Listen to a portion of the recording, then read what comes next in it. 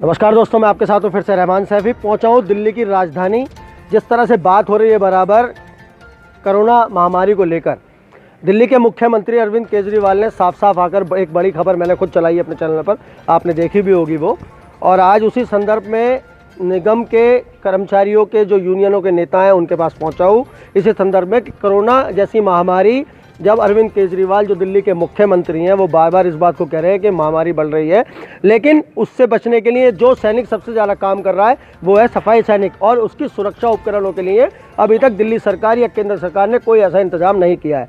तो उसी संदर्भ में बात करने वाला हूँ आज। हरी भाई यहाँ पर हैं, दिल्ली प्रदेश सफाई मजदूर यूनियन के शादरा साउथ जोन के अध्यक्ष हैं। रमेश प्रधान जी हैं, एक सामाजिक कार्यकर्ता के रूप में आप सब जानते हैं। बाकी जितने अन्य साथी हैं वो सब यहाँ पर मौजूद है। जगदीश भाई भी हैं यहाँ पर। तो मैं पहले हरी भाई से शुरू करूंगा।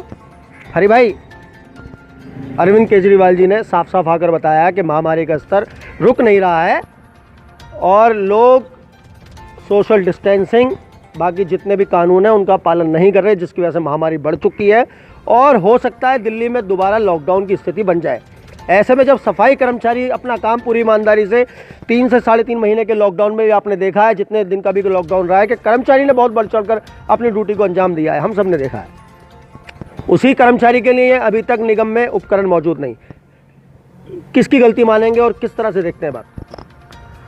पहले मैं आदरणीय सैफी साहब आपका धन्यवाद करता हूं। आप हमारी मांग डिमांडों को, हमारी जितनी भी एमसीडी की शिकायतें हैं उनका सबको बड़े पुरजोर तरीके से उठाते हैं, उसके लिए मैं आपका धन्यवाद करता हूं। दिल्ली प्रदेश सफाई मजदूर यूनियन के अध्यक्ष होने के नाते मैं आपको जोन अध्यक्ष होने के नाते मैं आपको ये बताना चाहता हूं कि दिल्ली में जो सफाई व्यवस्था की हालत है वो आज की डेट में 46वीं रैंकिंग पे आई है, लेकिन इसके पूर्ण तरह से जिम्मेदार है तो वो दिल्ली नगर निगम है, क्योंकि जो पार्षद हैं ये 2.5 लाख रुपए 3-3 लाख रुपए लेते हैं।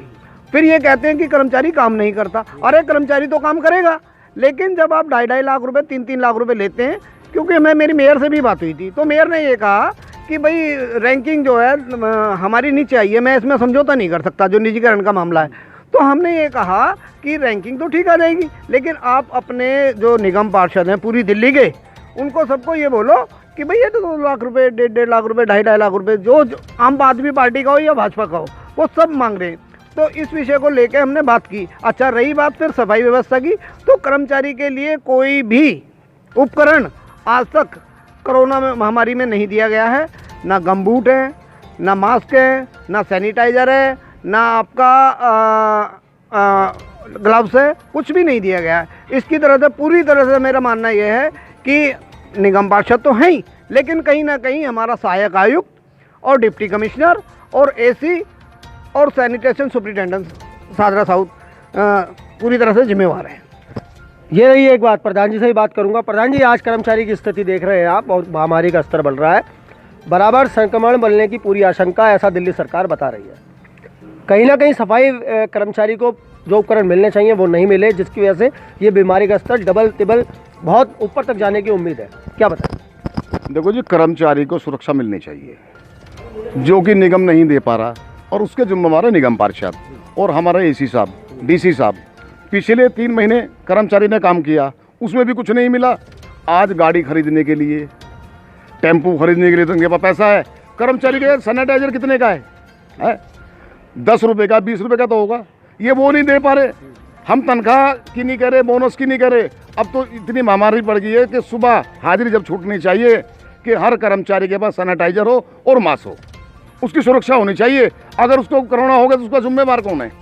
बड़ी बात है। ये केजरीवाल जी वहाँ फाइल भेज रहे हैं गृह मंत्री को, और उसको फाइल भेजने से पहले तुम तो नीचे ऑर्डर करो निगम को, निगम तुम्हारे अंडर में आता है? कुछ पैसा दो इनको, इनको सैनिटाइजर दो, मास्क दो इनको, तो ये होना चाहिए। तो नेता प्रधान जी, केजरीवाल जी का एक बयान और भी आया साथ साथ कि वो ये बताते हैं कि निगम को वो अगर 10 रुपये देने होते हैं तो वो 20 रुपये 30 रुपये दे चुके हैं, लेकिन निगम इसमें पैसा कर्मचारी तक नहीं पहुंचा रहा। वो झूठ बोल रहे हैं, वो कुछ नहीं दे पा रहे। वो तो खाली वही कह रहे जब तो मैं तो केंद्र के आस्तिक हो गया हूँ। बताइए क्या दिया?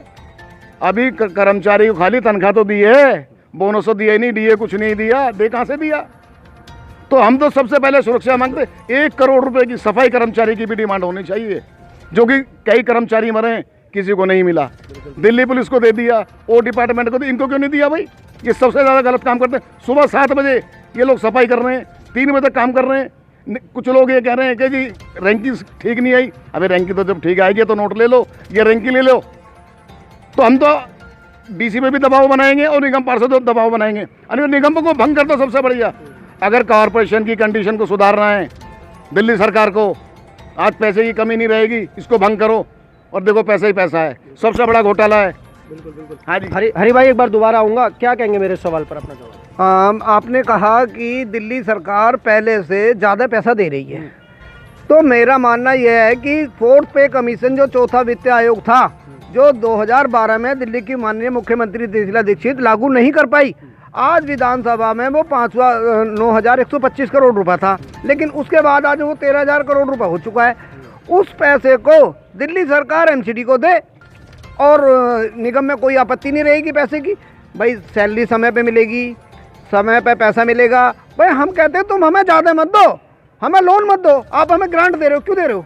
अरे जो हमारा पैसा है, चौथा वेतन आयोग है, उसे लागू करो हैं। जो बल्कि हाई कोर्ट ने आदेश भी कर रखे हैं कि आप एक काम करो। जब कमिश्नर रणबीर सिंह जी थे तो उन्होंने ऑर्डर कराए थे कि 2017 में आप एक काम करो, पीछे से मत दो, हमें आप करंट से दे दो।